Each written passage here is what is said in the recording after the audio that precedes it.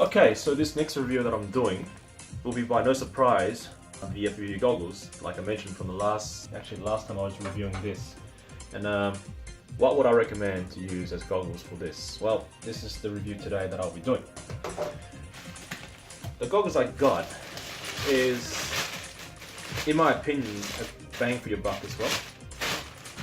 And I'm going to do the unboxing now, but basically take a guess what this is. Now, mind you, there are a lot of FPV goggles on the market, and Fat Sharks being the milestone of the goggles industry, they've done completely well. And now you got the Quantums, then you got the other brands coming out. It's actually diversifying and saturating the market with many types of brands and many types of features that's involved with FPV goggles and flying. I have gone through a lot of research for different type of goggles. I think this one's pretty good. It's decent. It's I wouldn't say cheap. It's called the cost to benefit ratio, and the cost to benefit ratio that I'm reviewing this is the Eachine RD2. I got this for about 105 Australian dollars.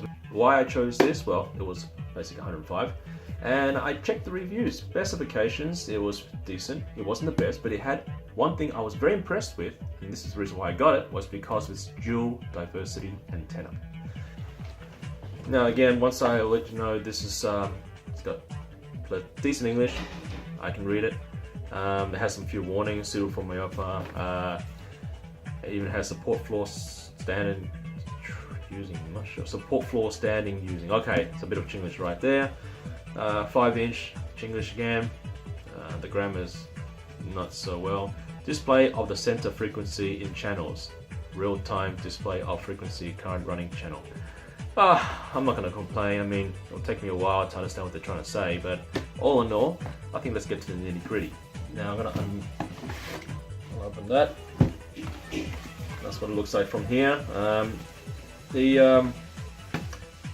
hope they give me these, but I'll check once I open it. Okay, here we go. It includes the rechargeable battery. It includes the antenna 2. Alright, so they do include these.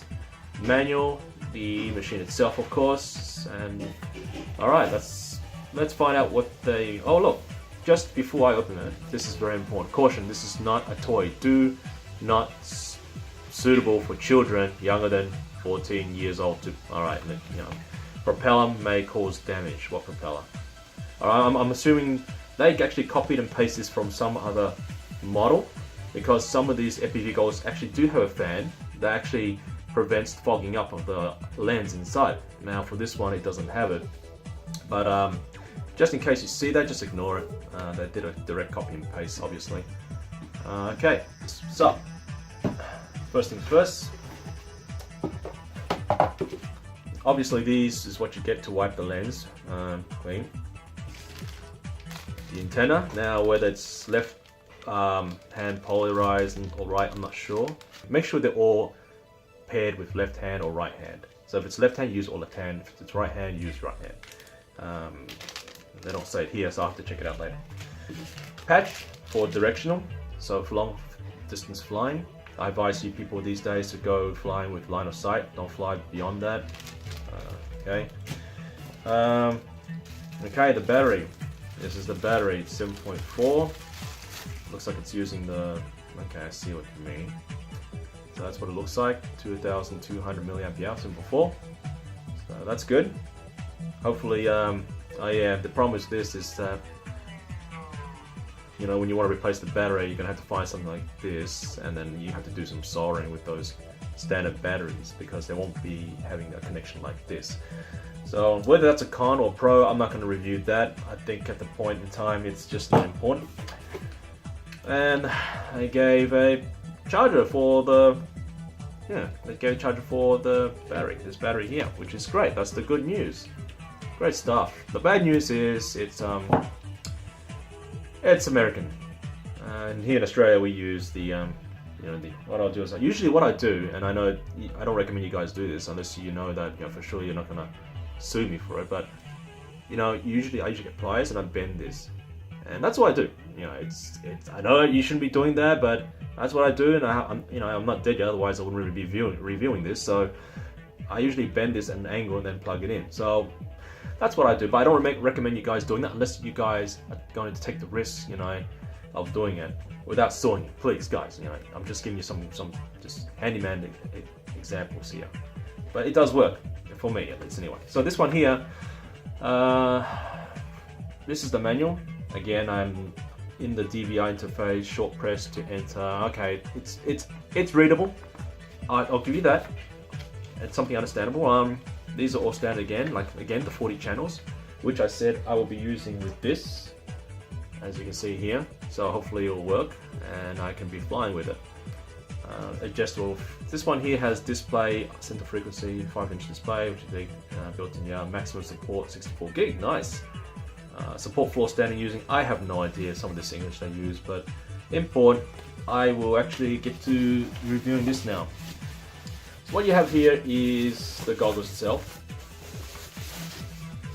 Alright. Now, I would probably show myself putting this on so you can see, but I don't have a second cameraman to hold my camera, so unfortunately you won't be able to see me wear this. But just so that you can see, that's the buttons. Not sure my camera's focusing on properly. The serial number for this unit, plus its quality control assured, it's passed, so you bet that it's going to work properly. This is probably the focal length adjustment, or just, you know, if you, depends on your biological eye vision. It will, oh well, all it does is just push the screen back and forth. Alright, so it's basically one big LCD, which is fine. Just when you're flying, just be sure to remove this here.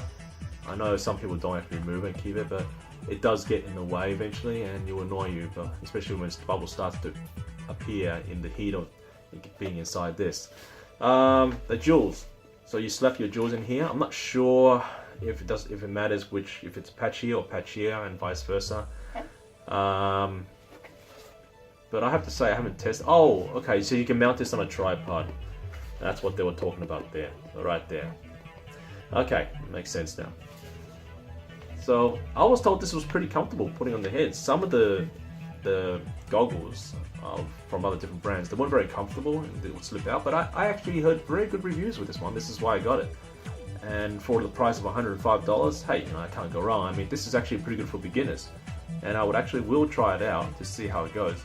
And I heard it's not too heavy on your head, plus it's just simple, no jumpers, just button to press and choose your channel, and it will actually show you which channel it's on. Cam DVR, when we said DVR here, I was wondering maybe this is to flip it, and so it outputs it to a DVR maybe, I'm not sure, because I don't see any, okay, maybe not, there's a memory card here. So you can do some recording, I think that will be the case when you press it, you can record it, but do bear in mind, and I think this is the model too that will be affected, when you press the record button, it will affect the latency and the frame rate. There are actually a lot of goggles that will actually be affected by this when you press the record button. Your frame rate will drop, and it is not, I recommend you not do it, but it is not flyable when it's recording. So unless they fix that, or maybe there's like an external video channel you select, you choose so that you don't see that lag, you don't use the record button at your own risk, because you want to be using this if you're doing some FPV racing. Racing requires minimum latency and requires you know, high response rate to fly. So if you have a frame drop or recording, hey, don't tell me I didn't warn you. So anyway, that's about it for this. I mean, there's nothing else in the box.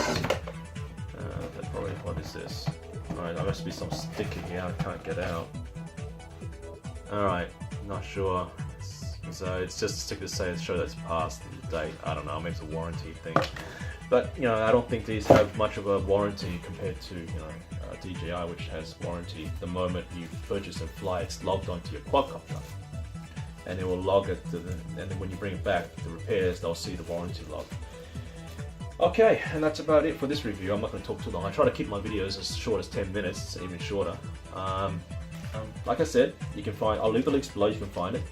So yeah, leave your comments below if you think anything, just let me know, and yep, I'll see you around the next review of anything else.